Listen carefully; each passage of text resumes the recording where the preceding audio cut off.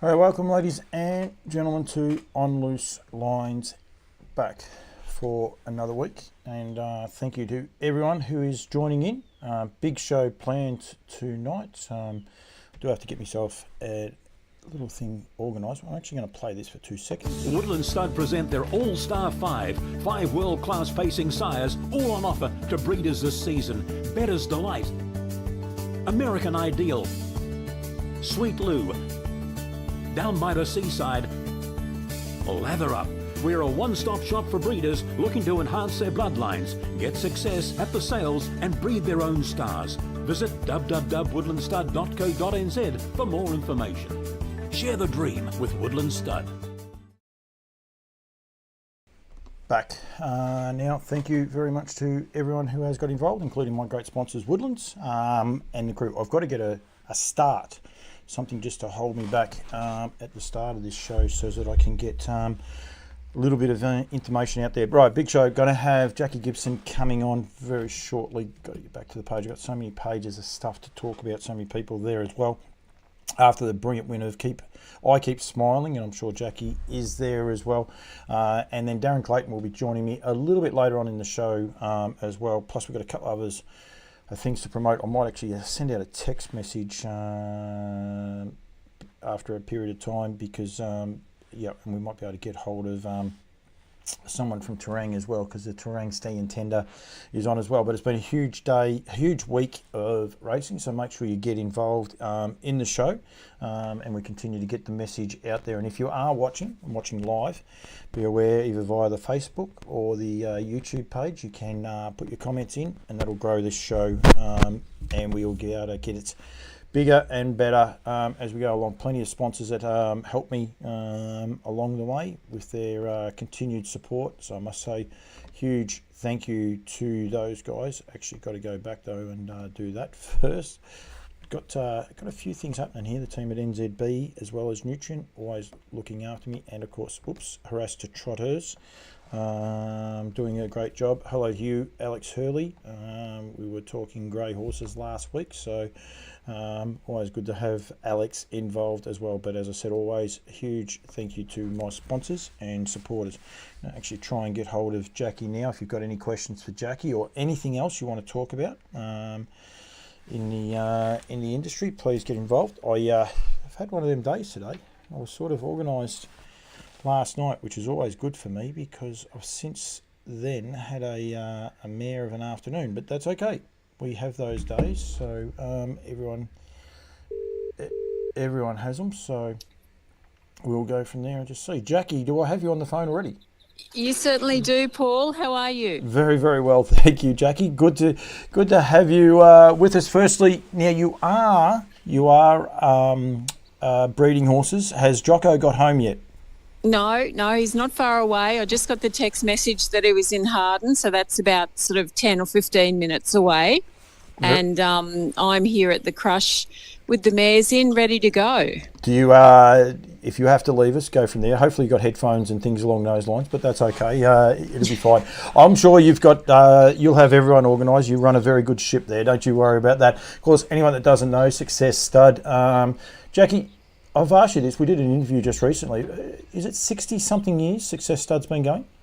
56 years. Yeah. We've just celebrated that now this year. So it's quite an incredible feat, I think, to stay in any sort of business, let alone the horse business, for that long. Yeah, no, it is indeed. And how long have you been based at Young? Because you were near Newcastle before that. Is that correct? No, we're in Queensland at Oakey. Yeah, we had a really big farm up there, and then my parents sold out up there and thought they were going to retire, but that sort of soon changed. But we've been here at Young, I guess must be coming up nearly 30 years now. Yeah, I was at Oakey the other day because I caught up with David Pascoe, who is the vet at the Oakey Equine Hospital, and good friends with Mark Barton. So he's a very interesting man and very passionate man. So his dad, Reg Pascoe, world-renowned veterinarian, started the Oakey Veterinary Hospital up there. Well, Dr. Pascoe used to do all of our work in the early days up there, so we know the Pascoe family quite well. Yeah, no, wealth of knowledge and really, really great person to talk to. They've got a love of horses full stop, which is always good. Hello to you, Joe Pace and Alex Hurley's Talking Grey Horses. Jackie, out of curiosity, before we go too far, I said I'll talk about just about everything. Do you have any grey mares on the farm? No, haven't got any grey horses here. All right. Alex is pushing the barrow for the greys to become part of Campbell's comments for a long time. And she's got another one that just ran second at Bathurst. They should have all raced on. Now, there's an idea. There's a marketing idea. There is a very, very good idea. Yes, the pacing of the greys. Yeah, and then she said have it on Halloween last night. So there is a terrific effort. So I don't mind that one. Linny Alford, hello to you, Lynn, mother of Christopher. Always good to see Lynn on the channel. So that is good. Rightio, Jackie. First things first, you wear a lot of hats. And I did say to Darren Clayton, I've had you on before him. And I said, look, we might talk for half an hour. He goes, yeah, right. So he's not expecting to come on anytime soon.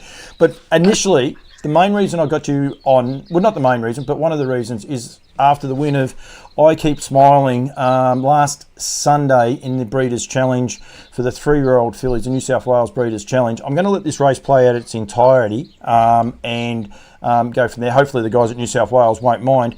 What an amazing win this was. It was a great race to watch too, but what an amazing win it was, Jack.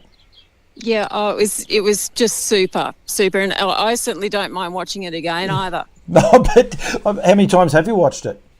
I've probably 3. I think 3 times. I've watched it 3 times now. Yeah, it was a great drive by Luke. He's just making his way. Anyone wondering? He just let the speed come out of it, and then just makes his move down the back to get up outside. Who ended up being the favourite, which shocked me a little bit when I saw the results that Major Delight was the favourite over your filly. I think the part that I like the most about Luke's has got to come in about another 500 metres, but just an amazing horseman, horse people, Belinda and Luke are, and how they continually turn these horses out. And year on year, don't they? They have a horse like this every year. They certainly do, and it is a great credit to them. They're both, from horse families, horse backgrounds, and they spend so much time with them. And Luke is just he's a freak. He really is. He knows the form of every horse in every race that he goes into, and he's so passionate about it. And he, he's just a marvel, and he's a great judge of speed and each horse's ability. He's fantastic. I'm just going to rewind this just a touch because it was just back. If you actually watch exactly, I didn't want to stop you, Jackie. I don't like stopping anyone, but Luke's sort of asking her here, just turning for home, and he's asking her a couple of times, and then he just sits quiet on her and just sits back at that wheel of Major Delight here at the 200. Yep. He's still sitting there. And if you watch him just here prior to this 100-metre line, he gives her about 2, or just after it is, sorry. No, it was just before it. He gives her about 2 or 3, gets her head in front because he knows he can't go to war with that filly all the way up the straight or probably be about his undoing. Just such a smart drive. I know he's driven that many winners, it's not funny, but that's why he does, because he's such a smart thinking driver. Yeah, he thinks about everything, and he's very, very cool. He doesn't get ruffled, or he doesn't appear to get ruffled. And he, he has a plan happening. And he did say that he didn't want to get up, and on the outside and just give that other filly. So we had to be sort of motoring fairly well, and then he asked for the other gear, and away we went. Yeah, absolutely. She's now had 10 starts, Jackie, for 8 wins and a second, $140,000 in stake money. 130 of that has been won this season. She's a bonny mare for you. Is she? I'm not going to say she's as good as you've ever had, but she'd be right up there with them. She is, and we don't know how much better she's going to be, but certainly. And I think because of it's that whole family for me, the OIC, that was started with the 2IC, and the whole lot of them, they're all very, very special, and it's been a very closed family. I've tried to keep as many fillies as I can out of that line, so each one of them is so super special. But when I do sell one out, I like to know where it's up to, and because you're so entrenched in them. Yeah, Where did the IC come from? I know 2IC was a horse that had one eye. One eye, yeah. Well, that's where it came from. That was it. That was it, and it's becoming a little bit painful now, if I'm quite honest, because I've got, well, I had OIC, I've got now IC, and yes, IC, and I named the Captain Crunch filly a yearling, which has been broken in and going along quite nicely. I sent her name off and I called her IC. So, I'm confusing myself, especially when we bring the mares in to do the breeding on them and what have you. And I'll say now, whose eyes have I got here? And yeah, it's quite. I think I've created my own nightmare. But 2IC, he ended up being a bit of a folklore. One of the Hewitts trained him, but he became a bit of a legend in himself, didn't he? The job that he done. He did. He certainly did. And, it was like the underdog type thing with him. And he's such he's still here. He's just turned 17 and he's still gracing the paddocks as fat as a fool. And, he was supposed to come home and retire and be the nanny horse, but he's just not the right temperament for that. He doesn't share the feeder very well with anyone. So he runs with the retired mares now. Joe Pace has just named your next one for you. Next one is What I See. What I See? Yeah. Yes. Well, there's a filly foal that's just been born, and it's a Bettor's Delight out of Yes, I See. And I think Tony Dumacy, he actually bred that filly, and he's going to call it I Think I See, or something like that. I think he's going to call it, or I Better See, or something like that. This filly, she's a daughter of Sweet Lou, and he does an amazing job of breeding a couple of Bettor's Delight. This is where she went 149 2 starts ago at Menangle, 149.9. To break that 150 barrier, did you ever think you'd have a 3-year-old filly that could do that? No, my God, no. No, I don't think anybody goes out there with that sort of a plan. And I know that the speed, Luke wasn't even thinking, that she'd go for that sort of speed. It's incredible. It's incredible, isn't it? That you think that, 30 years ago we were breeding to stallions that were imported from the States, and if they came out here with a 156 record, you thought you were something pretty special. Yeah, and it is amazing the way it turns. And talking to a few people, some of the stallions that perhaps once we would have got out here, they're probably not what comes to Australia anymore as what we see. Like we talk about a horse like Confederate, he's probably the sort of horse that a few years ago would never have come to Australia, yet I'm reliably informed that he will be in Australia. It's just a matter of which stud he's at, or I shouldn't say Australia, he could be in New Zealand, but he'll be down south anyway, because of the fact of the way that our breed is changing and is constantly regrowing. Oh, and we're evolving all the time. I was only chatting to someone the other day about how that the horses have changed so much. We can see a huge difference even in, just the last 8 years or so of yearlings that come through there. We're breeding for speed now, so the horse is more refined, and it's it's a very different horse to what we had, a few years ago now.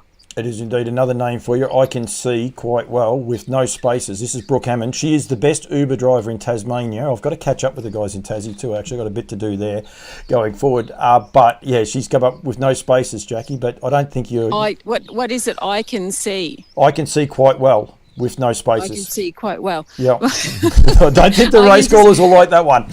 No, I'm just thinking if Fred Hastings is listening, he'd just be like rubbing his forehead going, no.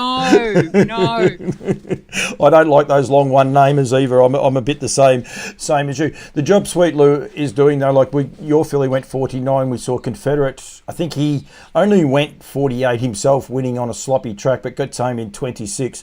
He's just doing an amazing job, Sweet Lou, over here in Australia. I do wear a Woodland shirt. I've got it on now. Proudly wear it. There's no worries there. But he's doing an awesome job for increasing this speed and what everyone's after here down under. Oh, he certainly has, and he's also putting a few white marks on everything now. We were getting a little bit boring there for a while, just all the plain bays. But we've got the big baldy faces and the white legs, and yeah, he's doing lots for the horses. We got 3 horses on the place, 3 foals on the place. I've got 2 plain ones. One's a lather up and one's a what the hill, and they are plain. They're twins. You wouldn't be able to tell the difference if you didn't really know the pair of them. And then we have a filly by Classic Connection, again bred by another one of my sponsors. But she's got that bling. And the comments I get, everyone says, "Oh, what a lovely horse." I'm sure they just see the blaze and the white feet, and they go, "Oh yeah, we like her." Like that. It's amazing what it does, isn't it? That little bit of bling, it just helps. It is. When we were actually waiting for OIC to foal to Sweet Lou, I'd said to Robin, who's our foaling lady, I said, "Right, Rob, I want a colt and I want a heap of white on it and a big baldy face." Anyway, I knew that the foal had been born that night, and I thought, oh, she hasn't sent me a message or anything. And I arrived over here and I said, well, what happened? And she said, oh, Jackie, I don't know how to tell you. You've got a filly and it's plain bay. And I said, oh, well, that'll do. It does do now, doesn't it? You're more than happy with the results. So. Exactly. I'm very thrilled. Very thrilled. I bet it is. How many horses, Jackie? We'll say on Success Stud. We're gonna go a couple of different tacks with you as well. How many horses do you breed though at Success Stud every year, both for yourself and for clients? Just for ourselves, and this will sound a bit strange, but I think we'll probably breed about 9 or 10 of our own stud-owned mares this year, and there's we tagged 79 or something just this morning. So, and there's a couple of those that are not, being rebred, like there could be recip mares. So I suppose it'd be about 70. Yep. 70 if you sort of, mares that will actually rebreed. There's 5 mares here that recip mares or an older mare just on the last foal that won't be rebred. So yeah, there's certainly enough to keep us busy. It's a huge commitment from the farm's point of view for harness racing, and definitely harness racing in New South Wales. Yes, yeah. As in what sort of commitment? The numbers that you've continually been able to do and be able to keep the breeding going. I mean, what Luke and Belinda are doing at Cobbity, and a few of the other farms are doing as well. Like you've got Ben Stud up the road, and that it's all very, very positive. But you need all you farms being positive and continuing this commitment, don't you? Oh, absolutely, absolutely, we do, and it's when we get to about November and December and we're a bit tired, we do question our sanity. I'm sure everybody does that, but it's an industry that we're all very proud of, and the product that we produce out of it, and it is important that people that live in the cities or somewhere like that have somewhere for their horses to go, and that they can be bred on. They will indeed, Brookie. I'll get to you in a minute. It's actually quite funny. One of the names she's come up with, though, Jackie, is No Undy Sunday. You and I did an interview, and no, and we're not bringing it back up either. But I never edit anything, but I did actually cut the last little piece of the interview off because it just went a little bit south. So it's quite interesting that Brooks come up with names like that going on there. But we'll leave that out of it. Before I get off your mare with I Keep Smiling, where is she going next? Is she Breeders' Crown eligible at all, or is she going to the paddock now, or where does she head? She's coming home. She'll be here on Friday, and she'll have 6 or 8 weeks out, I'm sort of thinking, and during that time we'll be having a go to get an embryo out of her. Oh, awesome. That's yep. Yeah, it's one of the ones I can say it on this because you and I did an interview for Nutrien during the winter months when it was a bit colder and everyone had a little bit more time, and one of the things you're keen on is to potentially have 2 embryos out so we could actually speed up this process of catching up to the rest of the world. And I don't have a problem with it. I think it's great. It'd be so much better for our product. Everyone they say we need more numbers, and this is one way we could get more numbers, but the fact you're getting an embryo out of her, Jackie, I think that's a great start anyway.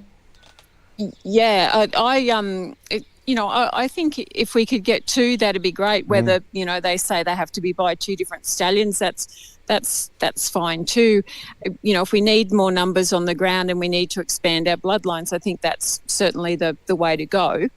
So we would just see. I've been a fan of that for quite a number of years now, and I'd like to see it investigated a little more, because we have the people in our industry and in all horse industries basically that they have so much knowledge. The Australian vets and the repro guys are the leaders in artificial insemination, and sperm collecting and counting and thawing and freezing. We have some of the best in the world, and so we have the knowledge and the technology to do it. It's like we're building the $6 million man, isn't it? Yep. But it should be something that we look into and maybe press forward. Moving ahead. It is one of those things. I remember only a few years ago that we had to have stay-in cap numbers on the stay-ins, because otherwise we're just going to end up with a heap of art majors and betters delights. That was always everyone's worry. But then what actually happens is forward-thinking studs, like Alabar and Woodlands, I had all sorts of trouble remembering their names, and other ones. They look at the trends and they say, rightio, and that's how come a horse like Sweetloo has actually come to Australasia. He's a perfect outcross, or he's a complete outcross, not the perfect outcross, for both those horses, in fact. But primarily from a Woodlands point of view, he was there for Better's Delight, to go across those Better's Delight mares. So everyone that says, you'd end up with too many horses of the same lines, it wouldn't happen, because there would then have to be a stay-in. Could be a colonial stay-in, Jackie. It could be anyone. You wouldn't know where it could come from. Exactly. And, I think, people that they look at the bigger picture, yes, for me, it's, I think about my own little backyard, and I think, it would work with me. But then when you look at the bigger picture, and I think that's what a lot of people do, is, just open their eyes and just see what is out there. Yep, and we said there before about Oki and David Pascoe. They have performance horses, and lots of them.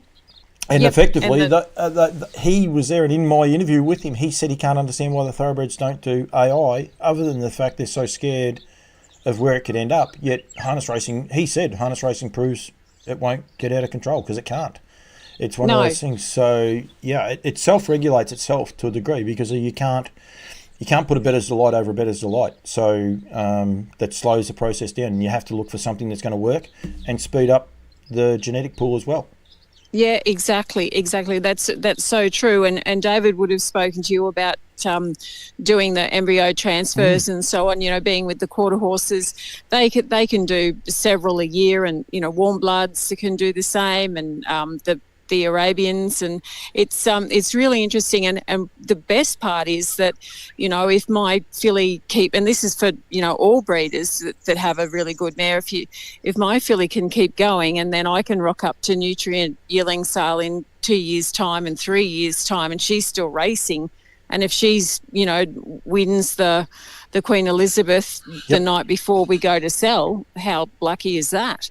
That's what a lot of in America, they have these big futurity shows, and the horses that are winning there, and then, they've got their young stock coming through. So one can be winning futurity, the other one can be winning the Open. And Jackie, but what could happen is people could turn around and say, oh yeah, that's all good for Jackie, she can afford that, and all the rest. There is always the worry that, heaven forbid that happened in 3 years' time and she runs last in that race. Like, it wouldn't detract that much, but I mean, it's not always that easy. Like we say, it'd be nice just to have a rock up and win, but it's not always that easy. But that's what we can do. The thoroughbreds can't actually do that, and we need to embrace it and and even challenge it to take it further. Yeah, absolutely. And it is expensive to do, but you don't go crazy doing it on every single horse. So, it's and then you can think that you've got the right cross, and then the horse just doesn't have the will to win. We've got that issue too. We haven't fixed that yet. No, and they can't. The thoroughbreds do all this other testing, and it goes from there. Rightio, Jackie, you wear a couple of hats. There was an article released today on from New South Wales with positive signs of growth in New South Wales harness racing. I don't know if you've had a chance to read the entire report, but it looks extremely positive news, just off the back of, I suppose, some not ground shattering, if you like, bonuses and things along those lines, but just common sense approach to trying to increase the stock, if you like, in New South Wales. It's we're going to be making some really nice steps forward, I think, and it's wonderful to read. I haven't had a really good look through it, but just skirting over the outsides of it, it is very, very, very positive in the direction that we're heading. 53% of services are now from horses based in New South Wales itself. So that will only be good for your Breeders' Challenge in that going forward, because there'll be more horses paying up for that. So off the back of that, and it is a pretty comprehensive report, but the charts, basically everything, the one thing about it, everything is heading in the right direction, even exporting horses to the USA. And by that is a good thing, because you're breeding more horses. So if more horses are going to the US, it means you're breeding a better product that the US want as well. And one of the ones that is on the decline to a degree, albeit only slightly, is importation of horses from New Zealand, which means that there's enough people with what the local product, which is what we want. We want the whole world to grow. We want New Zealand to grow. We want New South Wales to grow. Tassie, doesn't matter where they are. They all need to grow. But if you can have a good basis, your breeding basis in your own state for a start, that's a great starting point.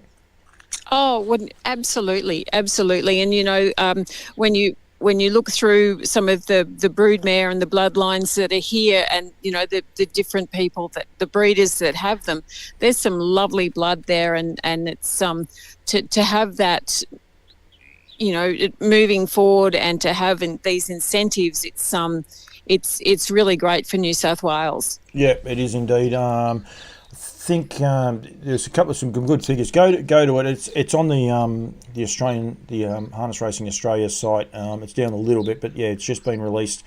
Any person interested in breeding and wanting to know breeding, it's a good read. Colonial stallion bonuses are up. And things along those lines too. So probably, I suppose, the next step, Jackie, is just a few more stallions standing. When I say stallions, potentially studs, if you like. There's a few people, Madawi, Darren Ray, Cobbity Farms, and I can't think of their names, but I know they're near Bathurst. They sell all their horses at Bathurst, and their name has just escaped me at the minute. You going to help me, Jack, or you can't think of their name either? I'm just trying to think where you're going with this, Paul. Who bred? No, these studs that are doing a great job, but it'd be good to just have a few more of them. Yeah, well, you've got now I've picked up the same problem as you have, isn't it? Lochinvar. Who bred Lochinvar? Who should? I've got to remember myself there. I mean, all sorts. I can picture their face. The Micallefs. No. They might have bred him, but it was actually the stallion stood at... anyway, it'll come to me. It will come to me. I can see it almost there. Somebody will be there. Where's a keyboard warrior there to help you out? Mark Barton's probably sitting there, and he's probably saying, Paul, are you serious? They sell every horse at the Bathurst sales, which we did last year, and they will be doing it this year. They don't go to the Sydney sales. They sell all of their horses through the Bathurst sales. Is it the Carmodys? It is the Carmodys. Am I right? Oh, Paul and Sharon Carmody. Yes. Yeah. I think so. Yes. Yeah. Nathan Rice has come in. Yeah. Yes. I got it before you sent that, Nathan. But thank you very much, I must say. So yeah, I mean, and these farms, and they have plenty. They've got 4 or 5 stadiums themselves. So I mean, that's Lock End stud at Maitland. Thank you very much. Feels so much better now. I've got that. It's not good getting old, is it, Jackie? Excuse me? Just where are you You're going 21. You're 21. We had this discussion the other day, remember? That's why you love me. So that's why you answer my phone calls. It was your birthday the other day.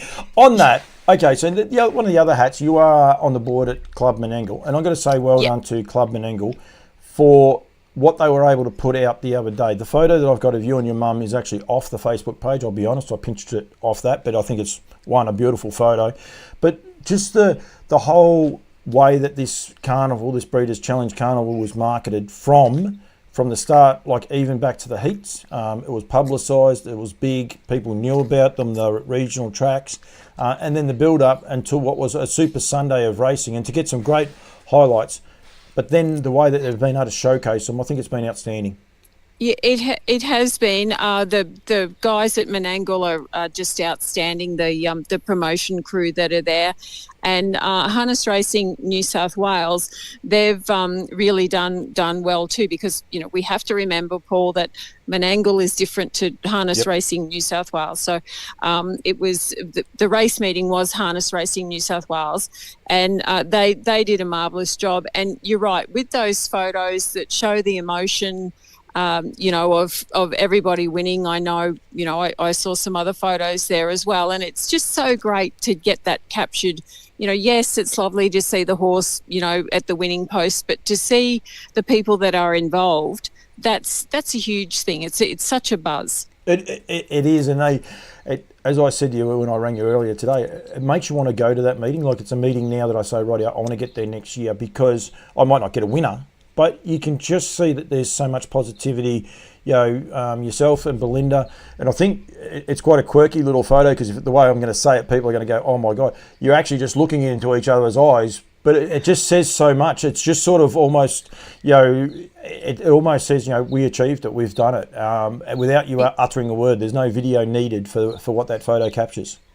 No. It was very special. I've known Belinda and Tracy Lamb and, of course, Wayne and Anne for a long, long time. And to win that race with them was really very special for me. Very special. Menangle itself, the direction that it's headed, you must be very proud. Continues to get better and better. The training facilities continue to be ramped up. The winners that come out of the place now is outstanding. Yes, it's and just the track itself is wonderful. The track guys, they work so hard, and the facilities that are there, they're improving those all the time, and I know that they'll be looking to just make other improvements as well. And it's about making it as comfortable for the participants as well as for those people that want to come and enjoy the sport of harness racing. Do you enjoy going there, Jackie? I do. I really like it. I really like it. It's different, when I go, or maybe not so much on Sunday, but usually when I go, you're always working because, that is your lifestyle really. But to go on that Sunday was just a little bit of it was a celebratory day for me on that Sunday. You're more as it was different. An owner, and I would imagine to be able to share it with Jocko, and also your mum, though, would be very special as well. But you're there as an owner more so as a board member. Yeah. Oh, yeah. 100%. I was there just as Jackie Gibson, the owner of that horse and the breeder, and more so as the breeder. Well, yeah, owner and breeder. But yeah, it was a very special day just to celebrate that. Yeah. No. Well done. I was thinking the other day, how there's that phrase of they say it takes a village to raise a child, and I thought, the same thing can be said for race horses or performance horses or, anything that goes on and is competitive.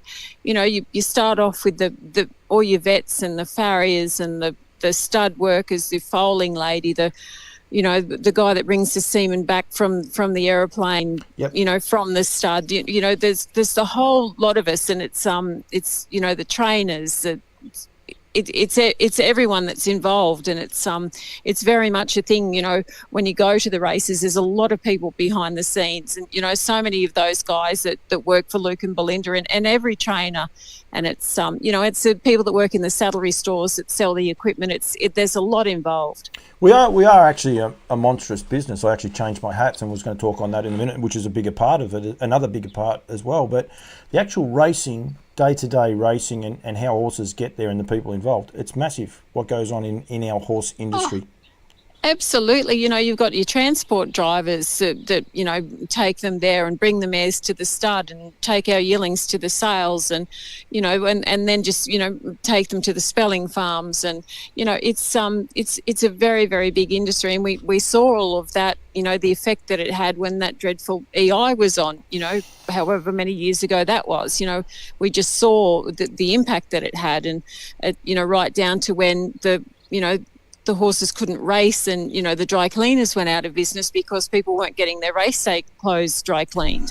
So it's a huge thing. Yep, and it's something no one would ever think about. They wouldn't think about dry cleaners or anything like that. So yeah, it is. I swapped hats, and I won't hold you much longer. But Nutrien, you are back selling next year at Nutrien, and I do have those sale dates right there in front of me, so I don't look as bad as what I is. Of course, with Brisbane on the 11th of Feb, you won't be going there, but the 10th of March in Sydney, Yep. and potentially some in Bathurst. I don't know if you do have any in Bathurst or not, Jackie, but it will be here very, very quickly, won't it? It won't take long to come around at all. When you think we're at the start of November, so we've really only got sort of 3 months, I suppose, before we bring everybody back into the stables, and and start the finish off prep. Yep. It's not far to go at all. How many are you selling this year in Sydney? We're taking in 18, and that's a nice number for us. I think we're about sort of 7 and 9 colts and 7 fillies, or it might be the other way around. But that's a number that we're comfortable with, and it fills both barns, and we're just rocking there with that. And I've had a quick glance through the catalogue, and it's for Sydney, and I don't mind spruiking the New South Wales end of things. It's a very, very strong catalogue, for colts and fillies. No, it is indeed. It's going to be very, very exciting. Will the staff be in the blue and white checks? Yes, yeah. Yep. Well, I just don't know whether we'll go checks, or we might have a different something a little bit, but they'll be blue for us. That's our team colours. So I'll just have to think about that. I know. I like marketing. You're going to have to give me the heads up if you're going to change it, because I would have called you as the blue and white checks, but I'll get into trouble there if you're not in the checks. So, but I do like that part of it, and I think that's one of the great parts about the sales component, as well. As I say to people, please go and buy a horse. We want people to go and buy and invest and enjoy the industry. But if you don't, it's still a great day to go and see the time that your staff, you might have staff there that potentially only pick up poo, but they put that time into those horses, and they showcase it by the way they present each of those horses and themselves on the day. And it's such a great part of the industry that I think we undersell so well. Oh, absolutely. And it's, when you go there and, you've taken the foals that, you've picked up and helped them, have their first drink, and you've done all that work with them and all the way through, we are all very proud of our stock that we have. And I think that would go for all the breeders and the preparers out there. You're very proud of what you have. Otherwise, you put so much time into them, and when you go through, and it does give you I know I get such a great thrill, and I feel, when you look there and I see my blue shirts all walk off together, and, you see the other colours of the farms, that go, and it's a really great thing that we all should be very proud of. Yep. And I think we need to market it a little bit better as an occasion to go to a harness racing event that potentially doesn't have racing, but is still such an important part of our industry. So, and we don't want to forget that. That is, of course, on the 10th of March, and Bathurst is on the 24th. Are you selling any at Bathurst, Jackie? No, I haven't got any for to take to Bathurst this year, but we'll probably go up for the weekend. It's always a great carnival up there. Yep, it is indeed. All right, thank you. I will let you go.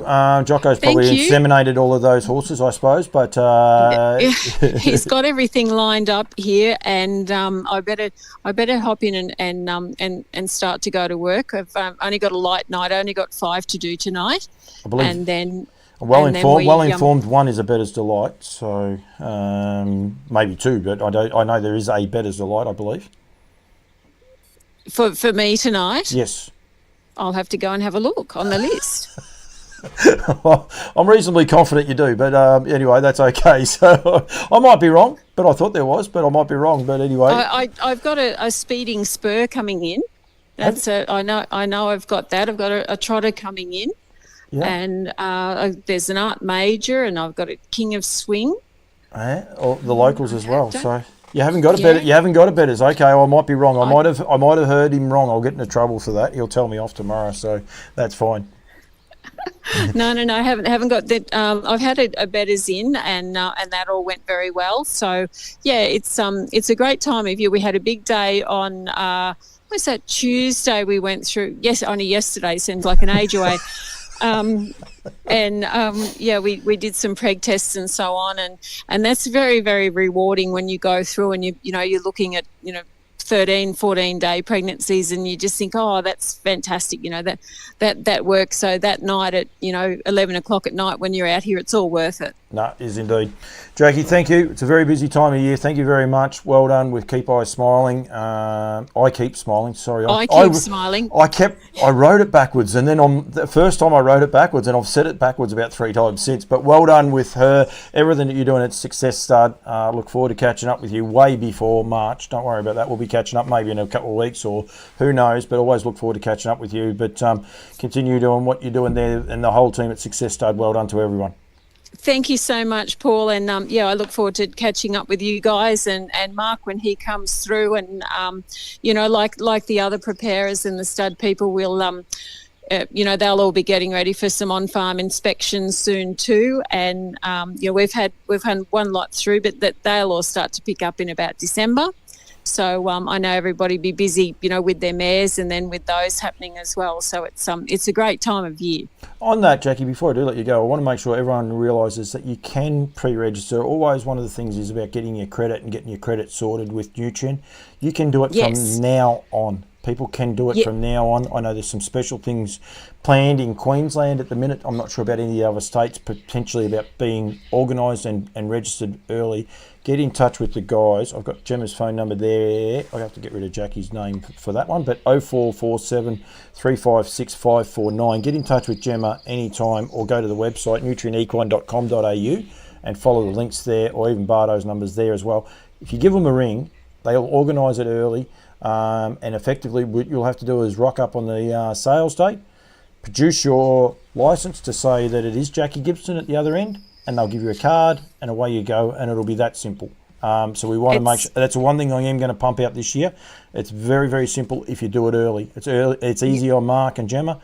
It's easy on yourself, the person who's doing it, and if it's easier, then it's a much better experience for everyone. Oh, absolutely. And, if you start that early and then start talking to, to your friends and having a look through the catalogue and getting a few, someone else that you might know. And it's, start early to get yourself together and mark a few in the book and just be ready. And then, you can go to the sale with 2 or 3 of you to buy one. It's, and have some fun with it. Yep, absolutely. I've got Guy Chappell, Lisa Fitzpatrick, Brett Adams, a couple of New South Wales people there. I've got Walkabout Kelpies. I don't know who that is, Jackie, but thank you for watching anyway. So they've tuned in. I get some familiar names and then I get some unusual ones that I don't know. But anyway, Jackie, thank you. I definitely could talk to you all night. You could talk to me all night, but you'll be still serving mares at midnight, so we don't want that. I will let you go, but I really appreciate your time and well done. Thank you so much, and great to have a catch up, and no doubt we will cross paths soon. Very good. Thank you, Jackie. Okay, thanks, Paul. Bye now. Just hung up a little bit quick on her, but that's okay. Jackie loves a chat, and so do I. I love chatting to her. She's a very passionate lady, and she's done an awesome job. And I do mean that when you're talking Nutrien. Go to the website. That one's not going to work like that. I'll have to get rid of that. But go to nutrienequine.com.au. The catalogue is online now for the sale dates. You can see there the 11th of February for Brisbane. I'm going to talk to Darren Clayton a little bit about that and a few other things in a minute. Sydney on the 10th of March, Bathurst on the 24th of March, and Melbourne on the 14th of April. But please get your bid cards, get them sorted, get your credit sorted now. Get in touch with Mark Barton. The phone number's there, 0419 488 256, or Gemma Smallman at 0477 0447, better go with 0447 356 549, and they will look after you and get you sorted so that it is an enjoyable experience and it is a fun experience that for everyone to be able to have, because that is what we want it to be going forward. I said last week on last week's show about the Katie Cox and her horrendous fight with lung cancer. Don't forget that you can contact Whatever with Wiggy Charitable Trust.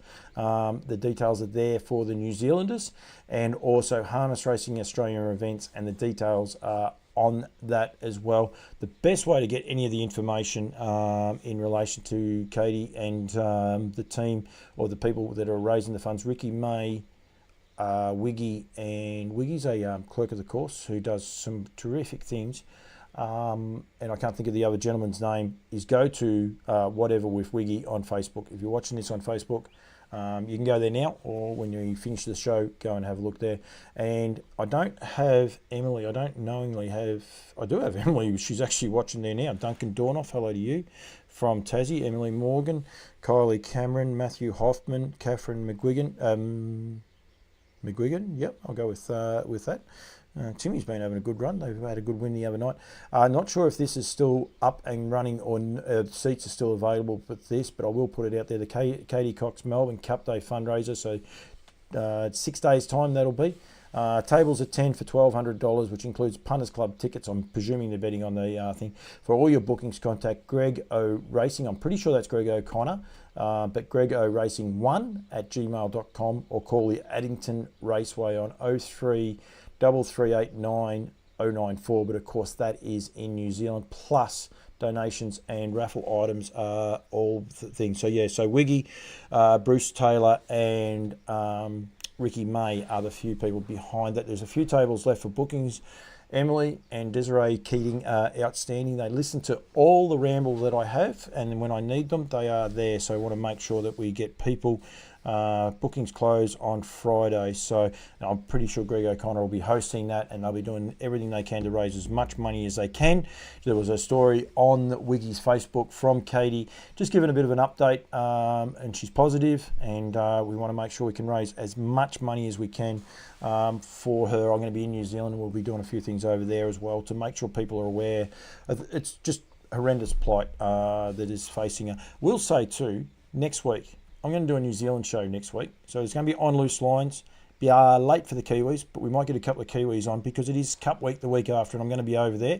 But next Wednesday night, it will be Kiwi Week, we're going to call it. So on loose lines will be Kiwi Week. We'll get a couple of New Zealanders on over the phone to promote it. I'll give Emily a bit of work. Mary Jane Mifsud, hello to you. Good luck with Omno Pumpkin in the Sonata Cup. Yep. We will make it a New Zealand show promoting and pushing the fabulous New Zealand Trotting Cup, as strange as that is, Dominion Handicap, and all the other great races that are going to be run and won there next. The Cup car, it's pretty much starts from Saturday onwards. There's also the Thoroughbred Cup, the Greyhound Cup. It is cups galore everywhere. So I'm going to the Thoroughbred Cup. I think Emily's got me a media pass, so I've got access everywhere. Hopefully she's got it. I'll just throw that one out. I said there before about Desiree, the Foal Quest 2024. Your Vicbred foals grace our covers for next year's stay-in guide. So if you want to get involved in the competition, send it through. 1 entry per horse is how it works. I'm pretty sure, Desiree, you were on earlier. Pretty sure that's how it works for the Foal Quest. 1 entry per mare is what I believe it is. So a photographer can put in, 20 if they like, but there will only be 1 accepted for. Better be one organised for that. Emily's going to get me media accreditation for the thoroughbreds. So good luck to the galloping guys. I might just start interviewing them randomly as I can as well. I have got my Woodlands hat on. I will say the raffle winners for the VSTA and Harasta Trotters, these were the ones that were drawn out on Redwood Day. If you didn't watch the Talking Trotters show, EL Titan was won by Graham Board. On a Street for Paul and Kari males. Classic Connection standing in Queensland, and I'm going to get hold of my man in a second. For Brooks Sadler, Used to Me, Peter Maloney, and Always Ready, David Magri, and Alexander Hurley's sister, whose names escape me, just Fran Hurley, won the free service to Shawnee, who is now standing at this season. So the son of credit winner, I said Cantab Hall to a gentleman today, is out of a Cantab Hall mare. Apologies for that. Hopefully when he looked at the thing, he worked out that winner of 10 from 5, and he will be standing here in Victoria. There is actually a Redwood special. You'll have to go to harastatrotters.com. There is actually a Redwood special. Andrea Gorman, hello to you. Charlton Harness Racing Club. Haven't had much from Charlton for a while. There is actually a Redwood special on at the minute. I think there's I'm not going to say who else there is. I know Shawnee's one of them. I think Always Ready and Used to Me are the other two. They're the 3 Victorian horses, but I might be wrong. So go to their Facebook page or websites at harasstertrotters.com.au. 23, 24, full roster is there for you. And also EL Titan, of course, is standing this season at Cobbity Farm in conjunction with Harass the Trotters, and of course Classic Connection, he'll come up again in a minute, is standing at Somerset Farms with Pete and Chantel, and in conjunction as well. All horses are Vic bred eligible. Oh, better be careful there. There's a couple in New South Wales, don't actually know all of those fundings, how they actually work. But I do know Classic Connection will be Vic bred and Q bred eligible as well. So don't forget, I say I'm going to New Zealand very, very shortly. Also the guys at NZB, their catalogue is online. Might actually get Cambrai on next week. We'll give him the heads up with next week to make sure that we get some information out about the NZB Standardbred sales and where that is at. But I'm pretty sure if you go to nzbstandardbred.co.nz, if it's not online, it will be online very, very shortly. Bit cheeky, had the wrong hat on. Not that it'll matter too much, but I had the wrong hat on there. But yeah, go to nzb.co.nz or get in touch with Cambrai. It's cam.bray@nzb.co.nz. Yes, absolutely. Yes, I am in New Zealand, Andrea. I'm there for 8 days this visit, and then a few others. The guys at New Zealand spoil me rotten, and I am thoroughly looking forward to it. I think I'm worth spoiling. I think Emily enjoys spoiling me, so it's all good. But no, I'm thoroughly looking forward to it, and a couple of big visits. This one, of course, will be Cup Week and then Grand Prix Week, but going to be there after Christmas through the Central Otagos, and really, really looking forward to some different racing and highlighting what they do in New Zealand, because they do some fabulous jobs. Kokura the other day was outstanding. The racing, the coverage, the drone footage. If you want to see more on that, go and watch Over the Ditch with myself and Maddie Markham, pre-recorded show. It will be live while I'm over there. We'll do a live show at least once, maybe twice over there. But the footage from Kaikoura was absolutely going from there. If enjoys is the right word. Don't know if enjoys is the right. Oh, you don't. Okay.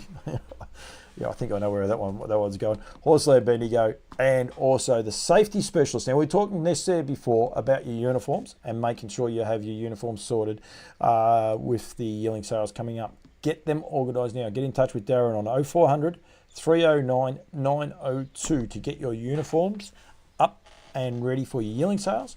Or if you're want your presentation at race meetings to be up to scratch, get in touch with him there now. That is a story that will come up at some stage. I won't bring it up next week in New Zealand, because you see the way people dress there in New Zealand. Rightio, I am going to now get my man on. I told Darren I would have him on at 7:30. Who was I kidding? It's ridiculous. Got no chance. So hopefully he answers. He might not. I've got to change something actually. He might have gone out for tea. No, he is going to answer me. Hello, Darren. Paul, how are you? Very, very well. I was worried that you may not have. You might have gone out for tea or something. I was thinking he might have given me the flick. No. I had an early dinner and I've been sitting there waiting patiently. Patiently, you did say with Jackie on, I might be going a little bit long. So yeah, all good. It's all good. Yes, Emily. Emily, I can take some bibs to Cup Week. Have you been to Cup Week, Darren, before? Just before we get...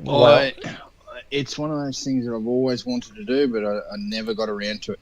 Back when I was a little bit younger, my dad and his good mate, they used to go every year, and it was one of those things that said, once you get 18, we'll take you, but... yeah, never got around to it. It never come. And I know people like Andrea Gorman, they go every year, and it's just, it's one of those things, it's such an enjoyable, the New Zealanders are so hospitable, and I mean that nicely. Matty Leopard, hello Matty Leopard, the big cat's watching us on Facebook. I didn't know he was a Facebooker.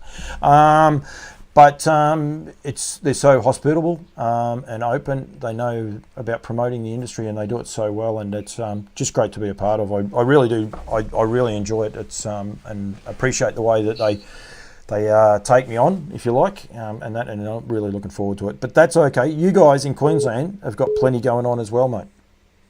Yeah, it's we've got in non-inter-Dominion years, I guess what you would call it. We had a summer carnival with a bit of a change around.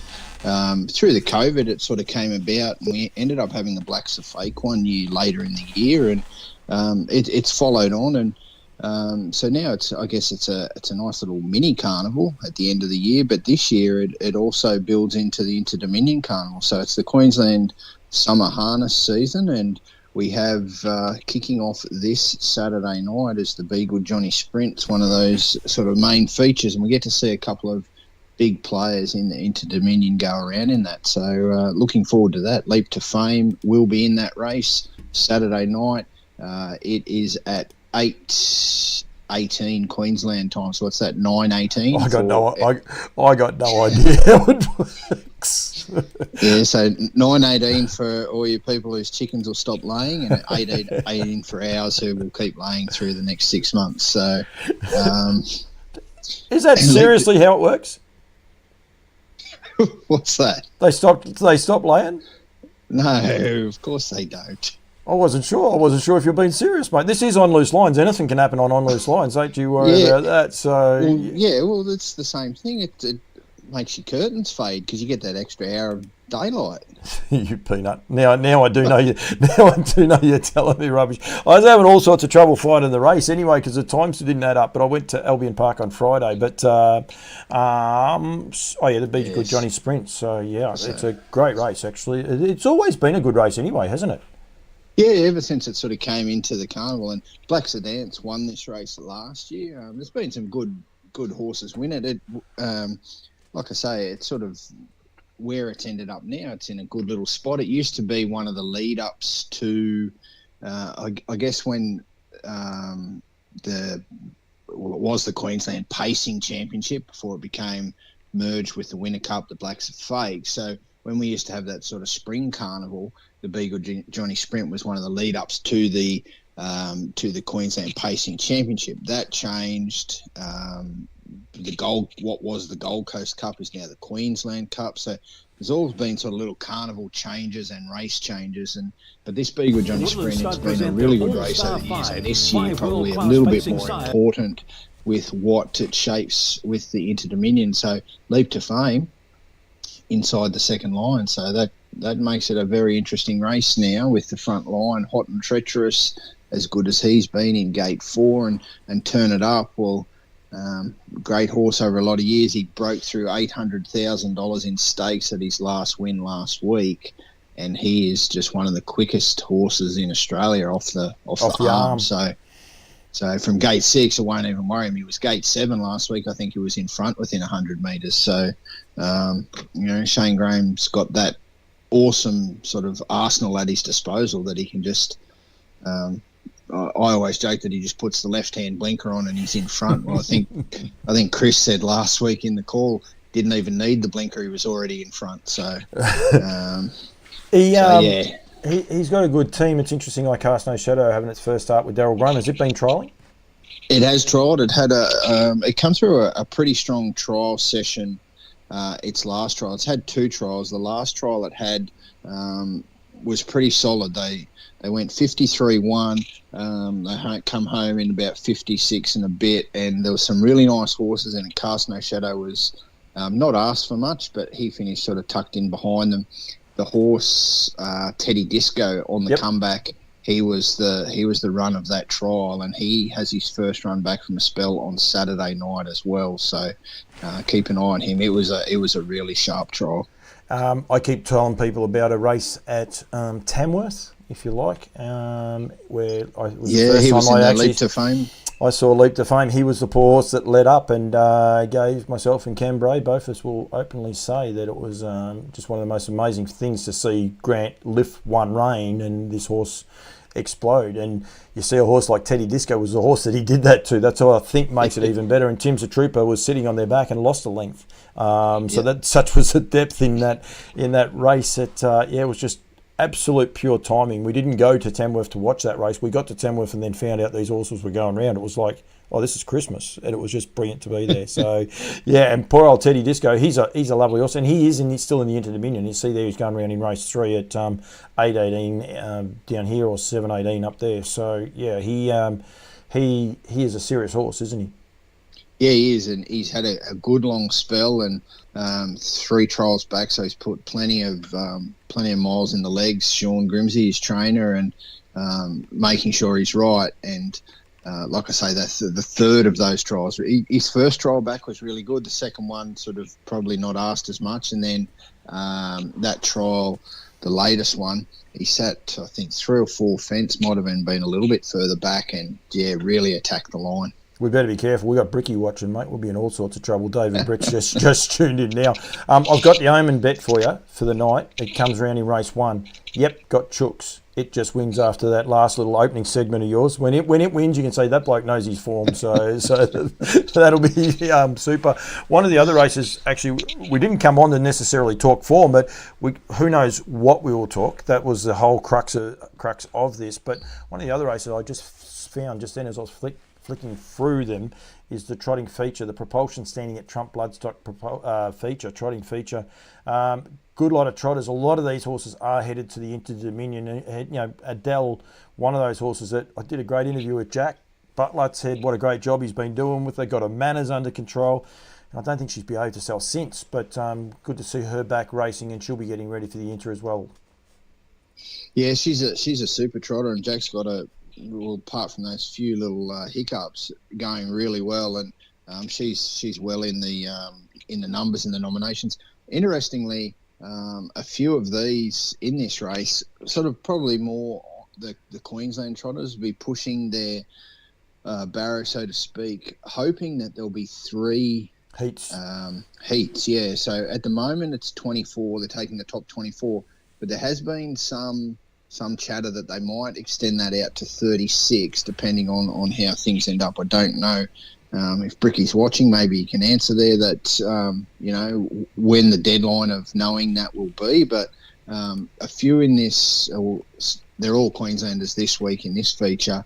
Plenty of those will be trying to sort of force their way a little bit higher up the list. And, getting that into a top 36 will certainly help some of those out. 24, there's quite a few will probably just be pushing it. So, I've actually been able to get those up right now, and we still have Just Believe at the top of the noms, which is quite ironic when you've got a mare like Queen Elida who's sitting 3rd. But pretty much the top 5 are guaranteed to start through their golden tickets in some way or shape or form. Either winning Group 1 races, or those 2, Olivici and Constantinople, winning the golden ticket 2 weeks ago. Was it at 2 or 3 weeks ago? Yeah, one or the other, but yeah. But a nice trotter on the up too, a horse that's in good form, whether he goes or not. Yeah. That'll be interesting. Murray Law started the other day. I'm Ready Jet was awesome. These updates have been done, so she can really only go one place higher anyway. Like you see 6th and you think, she'll jump up the rankings. It's not going to make any difference. She only really can go one more place because those other 5 are guaranteed to start. Mufasa Metro was awesome the other day. So you've got a nice... Actually, I'll tell you one that was... I saw him in the noms and I thought, he won't go. But Plymouth Chubb, he was good the other day. First up for a long spell, so he was very good as well. Yep, so he's well entrenched there. You doubt he'll be getting in regardless of 24 numbers, so he's at 10. So... Doff your cap, good winner at Breeders' Challenge, on Sunday. Yeah, won the first race the other day. Adele, so she's at 13, so she's right in there. Majestic Harry, he goes around on Saturday night. He's pretty well secure. Van Sank, haven't seen him for a while, so he's one that could be, perhaps needing to appear. I'm not sure what's happening there with Shannon's horse. Sir Fahrenheit, he's jumped up a couple of spots with some withdrawals, but if it's a 24 horse, he probably be wanting to perform this week. Otherwise, he's going pretty good. Yep. Yeah, because Majestic Lavros is the one. He's right on the cusp there at 24. Yep. Now, this is the horse that Mark Gurry's brought over, given to Taylor Gillespie. He was really good first up, and then we didn't see him for about 6 weeks, maybe not quite 6 weeks, and he came out last time, just peaked on his run. Both times he's appeared in Queensland have been off second line draws, so really keen to see what he can do off the front line. That'll be interesting. The other one that we'll be hoping Majestic Lavros goes well is My Ultimate Eddie. Now, he's right down the rankings, but he's one that we could probably be pumping up a little bit. He's the only Q-bred trotter in the nominations. So right, I found him. He's at 43. I was looking down. I went for 43. He's been runner-up his last 3, all in the Open Company, but he hasn't sort of cracked a win in the Open Company. Bred as a pacer, that's the other interesting piece. He's an art major. Yeah. And so he's the only Q-bred in the series. They'll be hoping it goes to 36. Yep. Otherwise, he won't be getting in there. But he's going really well. Darren McGaul, phenomenal, down at 53. They're going to be in trouble, a few of those, but if they put in a couple of good performances, you never know. If you go to your 36 horses like Hot to Trot, he's all muscle, the best Bourbon, Sonny G. So it'll be one of those ones. I do know there was talk of that last year, Darren, over here. They tried to do it here. They said, they're going to have to do it. And eventually, when it comes to crunch time, they didn't do it because of the fact that they weren't going to get the third heat. So there is that massive attrition where people say, well, I'm not going to go. Just looking there, like 35, Travel Bug took no part pretty much in Adelaide the other day. Powder Keg was a bad horse at 32. So Hugo, something was wrong with him after the way he went. So those horses around that 36 mark, they might turn around and say, well, we're not going. And then all of a sudden there is a mass, and all of a sudden you're better off with 2 strong heats than you are with 3 heats. So it's one of those. Yeah, just dilutes it too much. It does. While we're on the Inter, we'll stay on the Inter because it's 29. It's less than a month away now. 29 days. I think I actually saw on one of the other pages, which I'm not going to go to because I had trouble finding this page. So I'm definitely not doing that. I Cast No Shadow, defending champion, as we said, has his return. Honolulu Bay. Swayze's heading to the New Zealand Cup, still at the minute anyway, I believe. I know the other horse is out, but he is definitely still going. Act Now, Rock and Roll Do, Leap to Fame, Better Eclipse, Encipher, all of that top 8 are guaranteed to run. And then, as I said, Spirit of St. Louis is not going to New Zealand, but you would hope that all's well and he'll be going there. But geez, there's some nice names down in the horses here, isn't there? Like a mare like a More Vita, down at 16th. There's some good races on this weekend that are going to potentially, I suppose, move a few of those names if they win or the wrong horses lose, sort of thing. So yeah, and out of those top ones too, pretty sure Honolulu Bay came out pretty much as the rankings were released. If don't hold me to that, but I'm pretty sure I saw that he wouldn't be coming. Okay, so that'll bump everyone up one spot. So that'd bump everyone one. And the other one would be My Ultimate Ronnie. So he's headed, he really good in that Breeders' Challenge race at New South Wales, but he's headed to Perth to tackle the 4-year-old features over there. So you'd expect that he probably would come out as well. So, and there will be 3 heats. It's good. Those horses around that 36 mark, Penny Tiger, Steal the Show, and Tenzi Bromac, the West Australians, it'd be great to get them across there, up there for you. It would really add some spice to it. But of course, if they don't come, there's going to be a lot of Queensland horses jumping up to fill those spots very quickly. Yeah, and there's plenty here, and I guess it's the same as any traditional Inter-Dominion series. Is always the locals sort of get to fill those other spots when people don't come. So there's plenty there that will be waiting and hoping to see what happens with those nominations and how those other races go about. So you're certainly not going to knock back the opportunity when it's in your own backyard.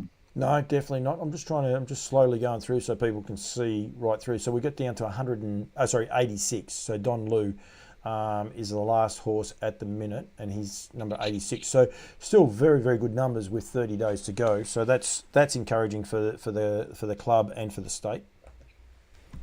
Yeah, absolutely. I think like when the nominations first come out, they were really healthy. So as we're getting closer, there's still not that many have actually dropped out. So that keeps it in good stead as well. In that we're going to get two gates, the trotters and the pacers, really strong in their respective heats. Queensland Racing, it's going terrific. You've taken on a little bit of a new role as well, not necessarily as a correspondent on Campbell's comments, but you never know. You might end up in that position. But to promote it, the club and Racing Queensland, we mentioned Bricky and that. They're very strong about getting the message out there and being, I suppose, proactive, if you like, upwards of a month ahead to make sure people are aware of who's in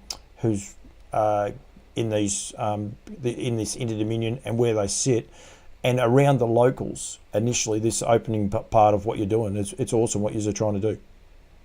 Yeah, well, I think when we've got it is the biggest race. In harness racing, and it's in Queensland, and we haven't had it for 2009 was the last time we had it, and we're a traditional format. There's been lots of tinkering with different formats over the years, and I think everyone's agreed that getting back to the original traditional format, 3 heats in a week off, so 4 races in the fortnight is what is best. Sort of all around in terms of as a spectacle and finding the best of the best. So, we're doing our best and doing whatever we can along the way to push it both locally and sort of interstate and across to the Dominion. It's a little bit disappointing that the numbers from New Zealand aren't really there. There's different reasons for that, but we're still going to promote it to there because it is still the Inter-Dominion. And while we may not have any horses trained out of there in the Pacers series, a lot of those horses are actually New Zealand bred, so we can't just sort of push them to the side. They're so important to our industry on the whole. So, we'll promote it. And while a few of those horses might not be trained by New Zealand, there's certainly a few in the series actually owned by New Zealand interests. So they're as big a part of it as anyone. And, we're going to do our best and try a few different things along the way to push the promotion and get as much information and different sort of pieces along the way out to as many people as we can. And I think that's the important part. And I constantly say, I know there's some talk that we don't need New Zealand here in Australia. That is the greatest load of rubbish ever. That New Zealand need us and we need New Zealand. We need to be able to grow this great product that we all love. And 90% of the people watching this show are, dead set harness tragics. That's the only reason they watch the show, because it's not because of the quality content that comes out of my mouth. I can tell you that. But we're harness tragics, and that is the part about it. And so the bet we can get more people like us, the bigger our game will be. And the best way to do that is include everyone, including New Zealand. The West Australians. That's what I said. There'd be some people looking at it and saying, oh, Bondi scratches his too. That'd be good for us. We don't have to worry. Penny might come across, but at least we'll get a start. But the flip side of that is if you ended up with 3 West Australian horses that might just scrape in, all of a sudden you've got Western Australia. You might have 20 or 30 more eyes. Heaven forbid you might have 100 to 200 more eyes on Queensland racing and falling in love with it. It's, I think it was Mouse was over there earlier on this season and went no good, but didn't care. He just loved the whole thing, didn't he? Yeah, exactly. So he come over trying having a tilt at the Miracle Mile and went to the Newcastle Mile, and he created plenty of interest, and not only interest here because Penny Tiger is an absolute jet out of the gate, so he was creating that sort of interest, and then back home there would have been plenty of people in Western Australia watching, going, well, how's he actually going to measure up here? Let's do we need to start looking at, getting a few flights for later in the year, or, just that sort of, it goes both ways. And another example, not so much in terms of perhaps needing them, but it's certainly great. But you look at Just Believe going over to the Elite Lop, how many eyes, Australian eyes, were on international trotting? Yep. So, And then the windfall for that for you as a club is he may have 2 starts before going to the Inter-Dominion. You're going to get French eyes watching him up there competing, and Swedish eyes. People will be watching him and seeing how he goes, and then they'll say, like there's every year someone goes across to the elite lop. Everyone says, well, I'm going to have a crack at that. I'm going to have a crack at it. It'd be nice. In 2 or 3 years' time, if it's back in Queensland, someone says, well, I'm going back there. I saw Just Believe. We're going to take our horse back there and race it into Dominion. It grows our product. It's just a no-winner. Yeah. No-brainer. No-brainer for me, sorry. Yeah, mutually beneficial all round. And you could even extend that out to, like Pete McMullen going up to sort of to Europe there in the World Drivers' Championships just back in August. So, some of those other drivers who sort of got to know him and they turn around and here he's racing his backyard, and how does he drive them back home? And Leader Peter, they'll see how he drives them. It was quite funny. The first race he wins in that drivers' challenge was he jumped to the front. I was like, unusual to see Pete out in front, but he's not scared to lead no matter where he is. No, someone said the other day, I don't think he's ever gone back in his life. No, I don't think he has to. I'm not sure who it was. Someone used to say it wasn't about Pete, but I remember years ago, a similar sort of driver, and someone might know, is, he wouldn't even go back even if he dropped his wallet. So. It's actually, I will say, it's one thing that's stuck, and we can say Chris with the names and things like that, but I think Chris just does a great job of Chris Barsby, of course, bringing them back to life. But I met John the other day. You and I met last Tuesday, just over a week ago, up there, and I met John, and I'd met him once before, but I shook his hand and I just wanted to call him Hollywood, and then I was like, no, that's disrespectful. Like, the nicknames really stick with the Queensland drivers in a way, don't they?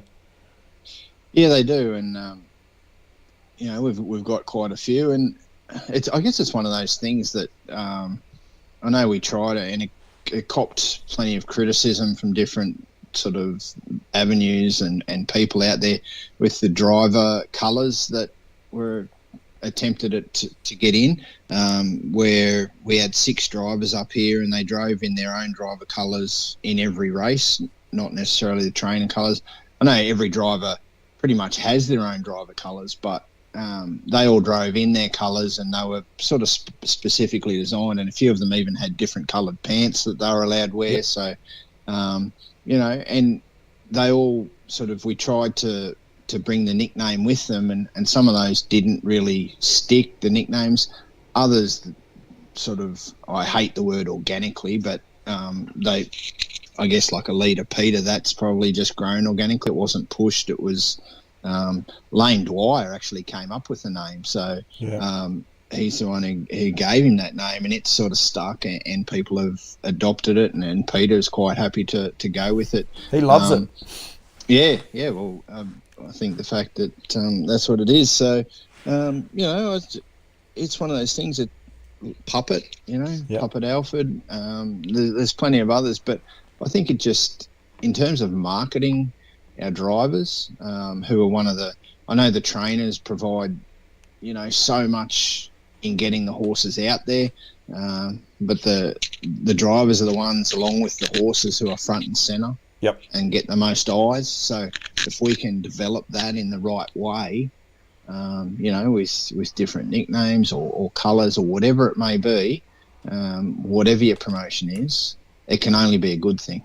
It can. I saw a Kaikoura on Sunday just gone. I will, if Emily is still watching, I will give them a knock. The blue colour hat looked very white to me. It obviously was a little bit bluer than that, but anyway, on the coverage that I saw. But they put the hats, now again, I love driver hats. I think they stand out. I think a few of them get a little bit pedestrian. They're all the same, but I do like the fact that you can recognise a driver through their hat and be able to pick them out. So don't want it all the time, but they put the saddle colour, the saddle pad colour, so one was red, and into their hats, and I actually didn't mind it for something different, if you know what I mean. Like, it was one of those ones, back to what you and I are saying about promoting it or doing things differently.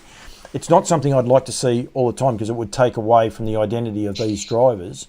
But for the person who is not a traditionalist, there's definitely a time and place for it, that if you marketed it, like, I don't know exactly how New Zealand marketed that the other day, but I think there was only 10 horse field, so it was something around that. But I didn't mind it. You knew where your number was. If you had your number, you knew where to look for it, and you could see it anywhere on the track, which we take for granted because we know Pete McMullen's coloured helmet, or Chris Elford's and Greg Sugar's. We know their helmets because we see the game all the time. It's not for us. It's for the people who come to the races. They walk in from Breakfast Creek Hotel and they come across to watch a race and they say, I want to back the one, and then they know where it is. Fast 10. Thanks, Emily. They called it the Fast 10 on the Sunday.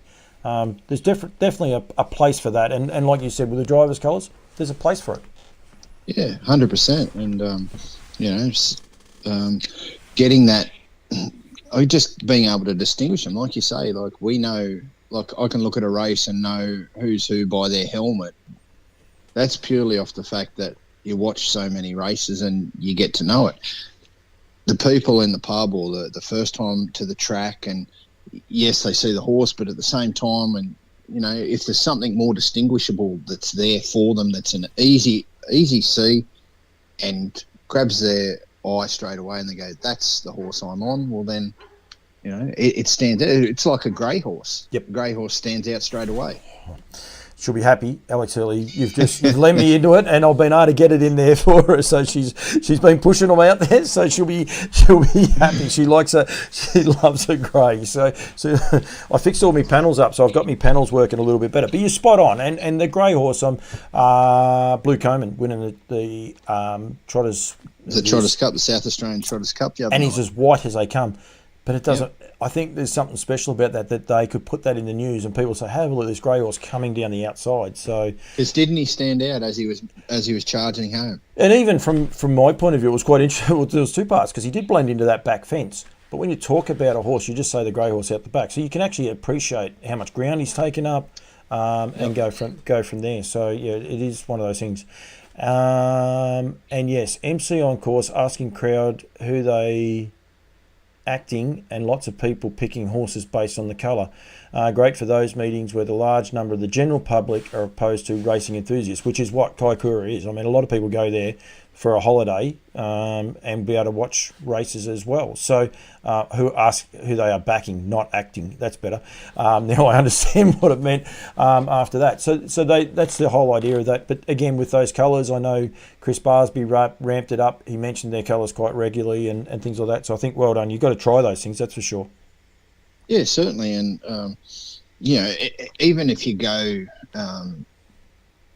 incorporating that into... so on the website now, the HRA website of the drivers, you click on the driver, and I don't know whether you can do this or not, Paul, but the opportunities there. So say if you click on Pete McMullen's name as a driver, when it comes up, it shows his colours, and there was a little piece there that was added in with his colours and his nickname. And, look at you go. Yes, I can do it. Now I know what you're saying. I thought you were having a crack at me. I don't know whether you can do it, but this is what they've been able to do. So there it is there. So, and it's got leader Peter. So, building the profile of our drivers, and, it's there for the trainer. And the other thing is, if you actually go down to his stats and click on his biography, there's the ability there to add in a bit of a picture and a bit of a few words about thing. So that was done for each of the drivers that participated in the drivers' colours up here. Now, why can't we do that for every driver going around, and we put a little piece of information out and give them recognition? Look at that, Brendan Barnes. But that's the other part of it there. That pops. That makes Brendan's colours look outstanding. Doesn't it? And there's no nickname to him. It's just Brendan Barnes, but it just... His was Double B. That's very plain. No wonder he didn't get one. Who else? One of the girls was in... Narissa, Rocket Riss. Is she driving on Saturday? There she is. Is it going to come up? Yeah. And that's good. So the marketing part of that, so there's two sides to that too, Darren, that I really like.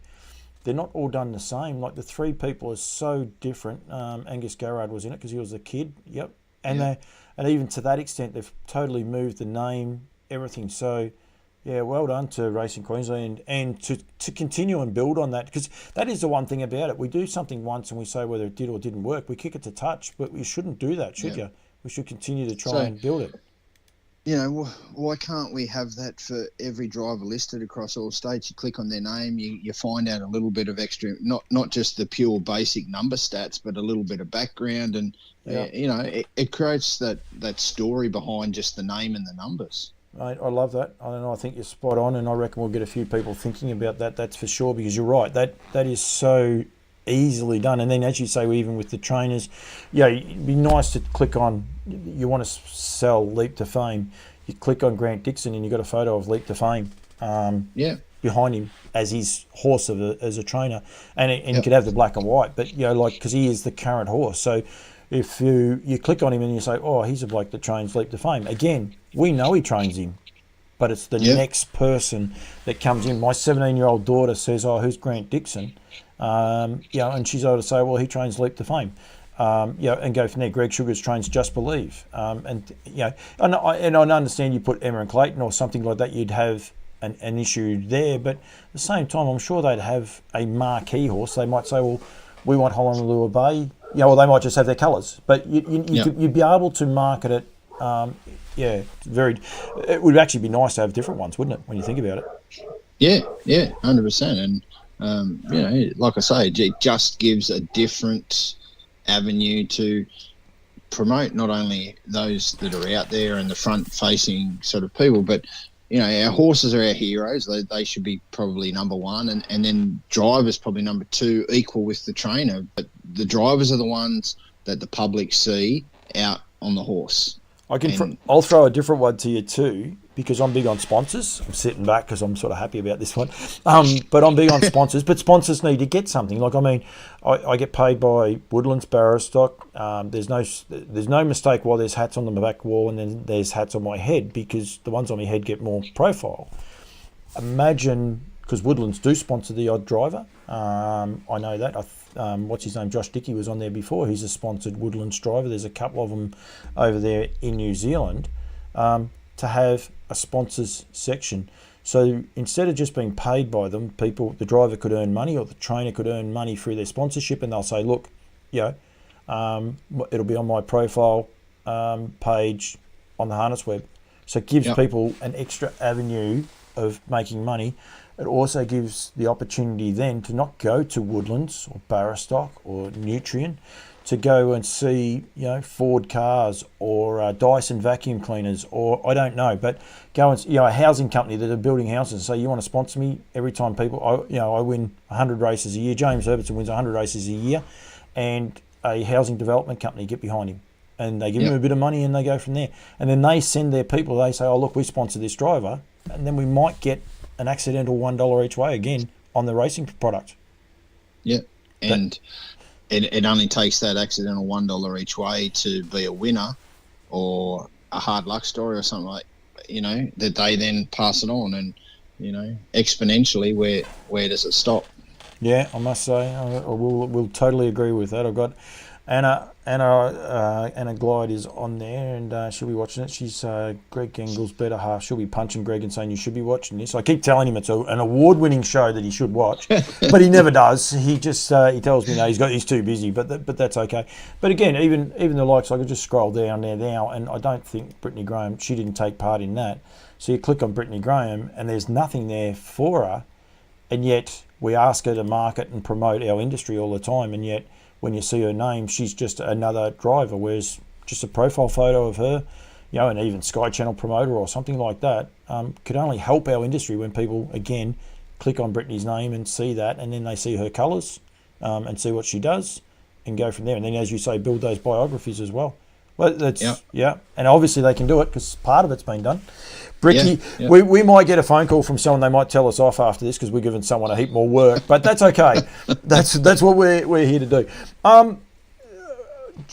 Trotting, and the one thing I did want to get on, the reason I was wanted to have a Queenslander on for is, one, congratulations to the Queenslanders. Not only did you win the Derby, it's been pointed out to me that you ran second as well, because they're claiming Daryl Crone as a Queenslander. So it was a 1-2 in the Trotters Derby. But in all seriousness, an amazing effort by Graham Dwyer to bring that horse back down here, pacing bred horse, and win it. But it's just got to be such a great fillet for the trotting and the way the industry is backing these trotters in Queensland to see the results that you're getting. Yeah, it's been... it's certainly the last few years, the boost that they've received through different incentives from Racing Queensland has been superb. It's been a long boost. We go back to because maybe some people aren't aware, as early as the year 2000. So we're talking 23 years. There was no trotting. There was no square gate in Queensland. There was no square gate racing. So when was that? I'll find that out as we're speaking, but I'm pretty sure it was about 2006, 2000. Wow. Or 7 that they first started, but I'll find that out as we're going along. But yeah, there was no trotting gate racing in Queensland. A man by the name of Jim McNeil, he's, I guess, what you could call the forefather of the trotting gate. He realised this. He was a bit of an entrepreneurial style guy and administrator. He went over to New Zealand and basically bought enough trotters to bring back to Queensland just so that races could stand up, and then farm them out to different trainers. And that was sort of the start of it. Wow.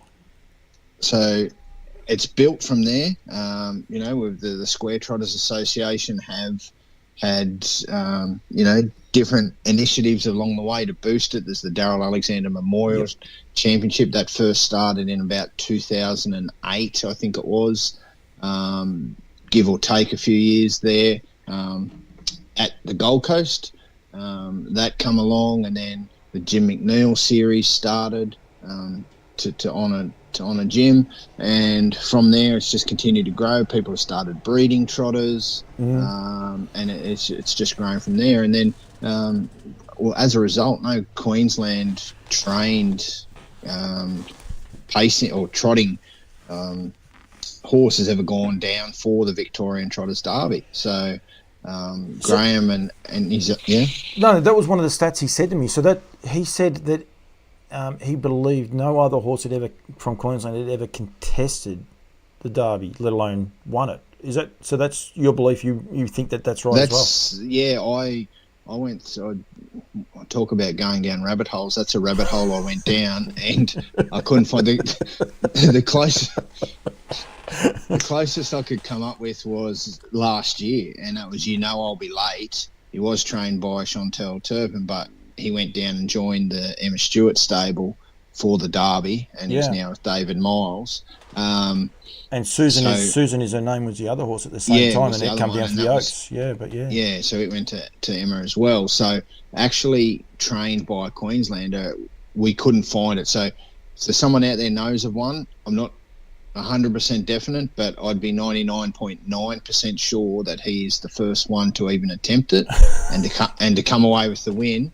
And I don't know what you did to him down there over the weekend, Paul, but I went and spoke to Graham yesterday. It was a one-way conversation. He's got no voice. Oh, that was me. I interviewed him and he couldn't come back. It was going from there. We've got John Setri on. I can't give him a barb 2 times in a row, but he is still... I've got to get that gumboot video up for you, Johnny Setri. I could have everyone in tears watching it. I've just got to turn the volume right down because he loses a gumboot. But it's good to have you on there, Johnny. We've got plenty of people on there as well, so please get involved if you want to. The passion that Graham showed too, though, Darren. You talk to him, and I said, "Oh, how many have you got?" He goes, "I got 3, but I'm getting more." Pete and Chantel standing stallions. They're actually standing Classic Connection. I'll whack that one up right now as I speak. Standing there for $3,000 in conjunction with Harasta Trotters. Every person I talk to, Shannon wants more. They all want the trotters and they all want to grow it, and that's the exciting part about an industry that is growing. It's also all the participants want it to grow as well. Yeah, and it keeps growing, and I think you talk about how it grows. think a pretty good barometer of that is how much you pay to buy a trotter. 2 or 3 years ago, the number of trotters getting bought for probably pretty cheap money out of Victoria, out of New South Wales to a lesser extent, but definitely Victoria, some from New Zealand, and coming up here and doing a really good job was pretty high. And then all of a sudden, people sort of have jerried what's going on, and the price goes up, or they send them up themselves. On top of that, you got the $2,000 first win bonus, regardless of where you're from. If it's your trotter's first win in Queensland, if it comes to a Queensland trainer, so that was introduced purely as a way almost to subsidise your transport, pretty much. So you could land your trotter here in Queensland from interstate, and your first win, well, that's sort of subsidise your transport to get it here. So, it's grown through that, the breeding, the Q-bred, all these little bits and pieces along the way, little incentives along the way, the Yabby Dam farms at the time, and harassed the trotters, foal program, 18 brood mares were raffled off and given away to Queensland interests. Had to be Queensland, and you had to serve it back to one of 5 stallions. So that's that boost. That's come to fruition now, is it not? Some of those horses are actually racing. Yeah, it has some of those.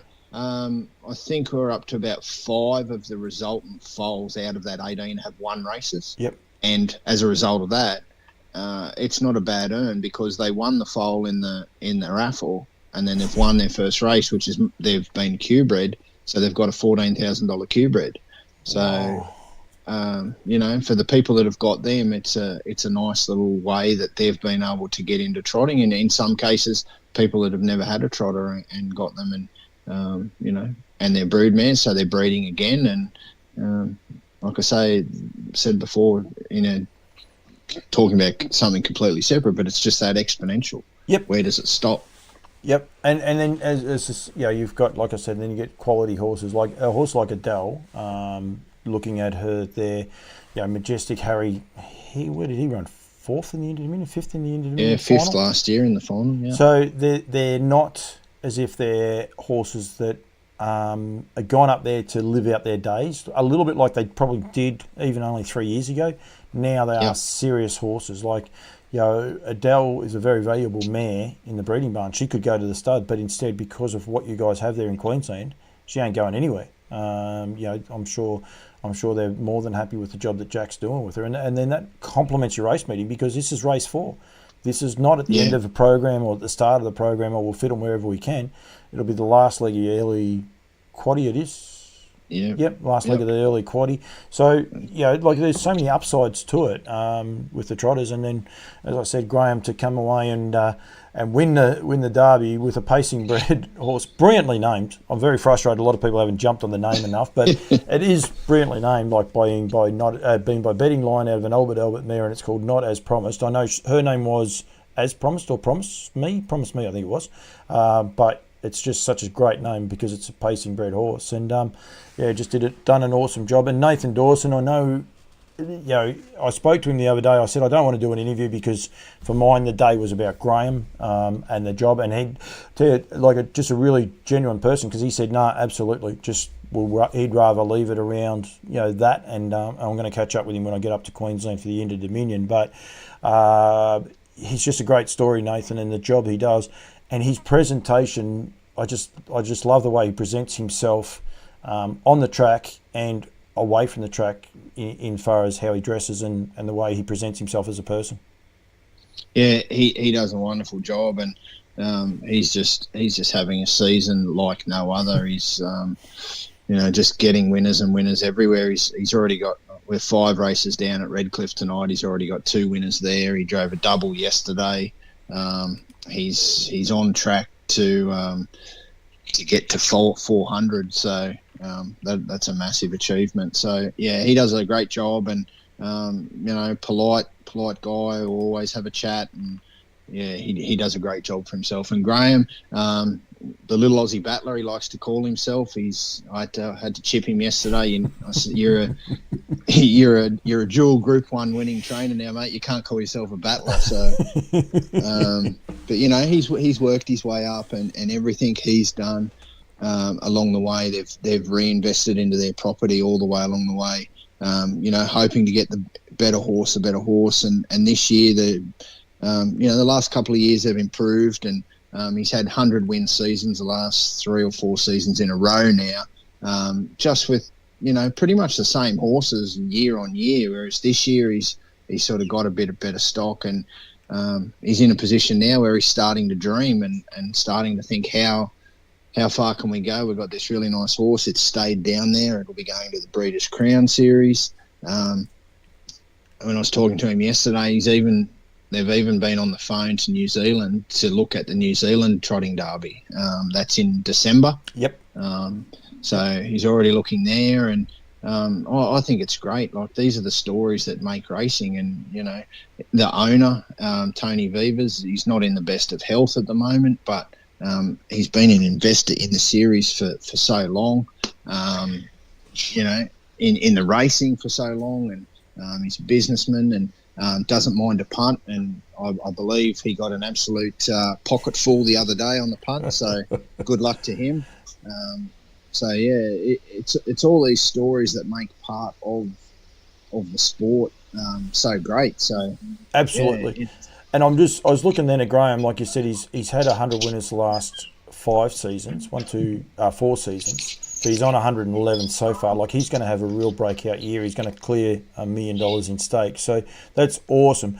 The other thing that I really did like was the fact he said to me he's only got 3 trotters in work, and bugger me, 2 days later he wins with one of the other ones on the Tuesday. Another of Lara J Farms horses that has made its way up there. So yeah, that's another good result for him.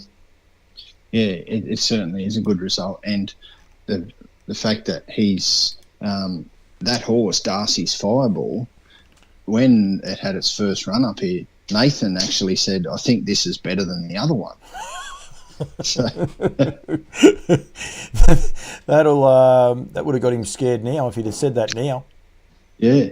So where it actually ends up, how good it actually ends up being, I don't know. It was a super run on Tuesday. It made an error, but it's already won a couple of races up here. So just while we're talking about the trotters there too, Bricky's just got back to me and let me know that what they're hoping for within a Dominion, likely a decision to be made in the next 2 weeks, but it will come down to how many scratchings out of the series. Yep. So at least we know he's watching. He doesn't text me, which is probably a smart thing, because I would have put it up or something like that. But no, that's good, and I think that's exactly what happened. I think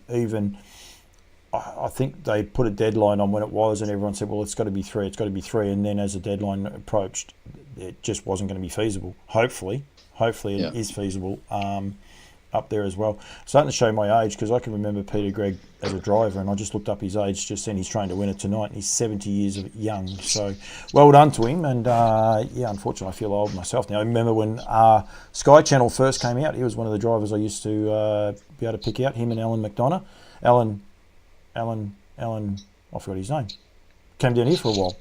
He's 72 or something. I saw that the other day anyway. So Alan Donahue, that's what I do wrong. Yes, I always put a Mac in front of it. Yeah, he's 72 or something. I saw he was still driving winners too. So yeah, you just feel a little bit old. That's all I will say. So there's no hassles there at all. What's next for Queensland? When do the next lot of rankings come out? Under the bus? Yeah, I'm not sure on that one. Just caught me unawares. I think, unlike me. Yeah, I think I'm pretty sure it's 2 weeks after the previous one. So the last ones came out on the 25th. So maybe on the 14th, I think. Yeah. Yep. I'd have to follow that up. No. I've shut everything down for the night. No, you're right. I will let you go, because we are done. We are done. We've been going late. I haven't had tea yet, and it's an hour later than what it is for you guys there. So you reckon that doesn't throw you out when you leave Queensland and you come home? It's all right if you only go there for a day or two, but I'd been there for 10 days. I tell you what, that 1 hour, it throws you backwards a bit. You don't know where you are sometimes. So it is very, very different. Mate, thank you.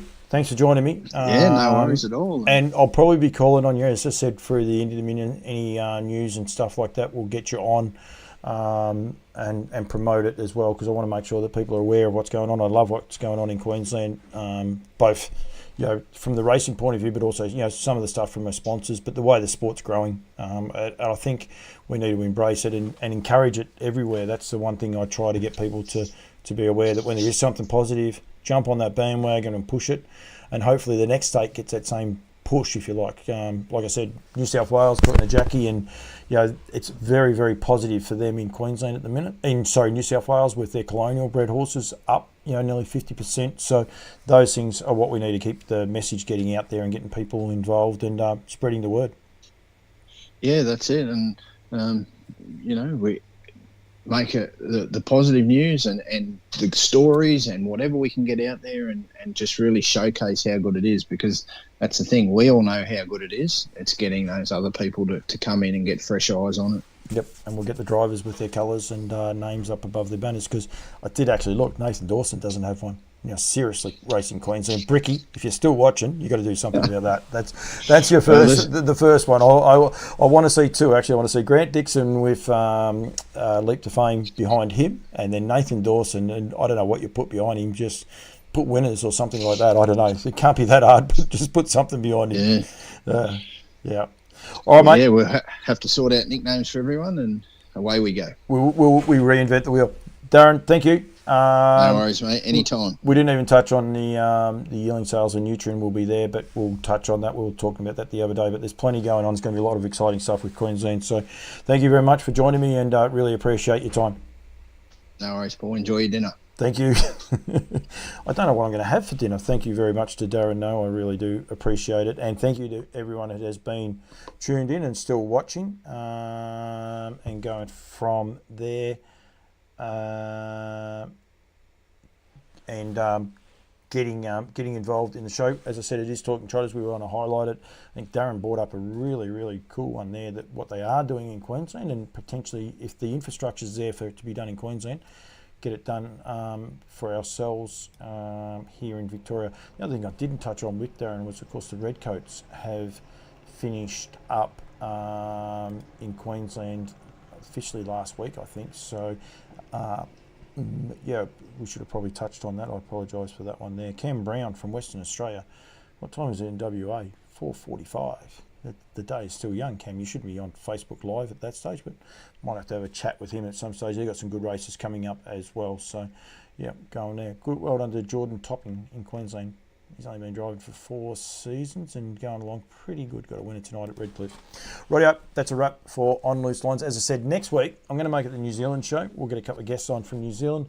Maybe a couple of different ones. We might get someone got a couple of players in this series, in the races coming up. I might actually try and get Tommy Baggery, might be one of those ones. We'll try and get a couple of different people with that are playing a good hand in New Zealand racing going into the New Zealand Carnival on for the show.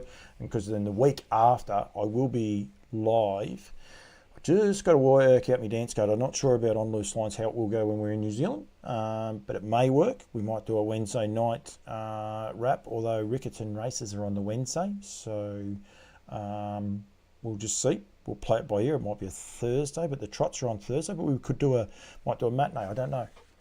I just Emily was possibly still watching, so I'll work that one out and we can go from there. Anyway, we'll work it out. Campbell's comments. A huge thank you to all of my sponsors. Really appreciate their input, their support, continuing to grow my product and spreading the word for harness racing. We really do appreciate it. Thank you to everyone that's tuned in, and I will see you all next week.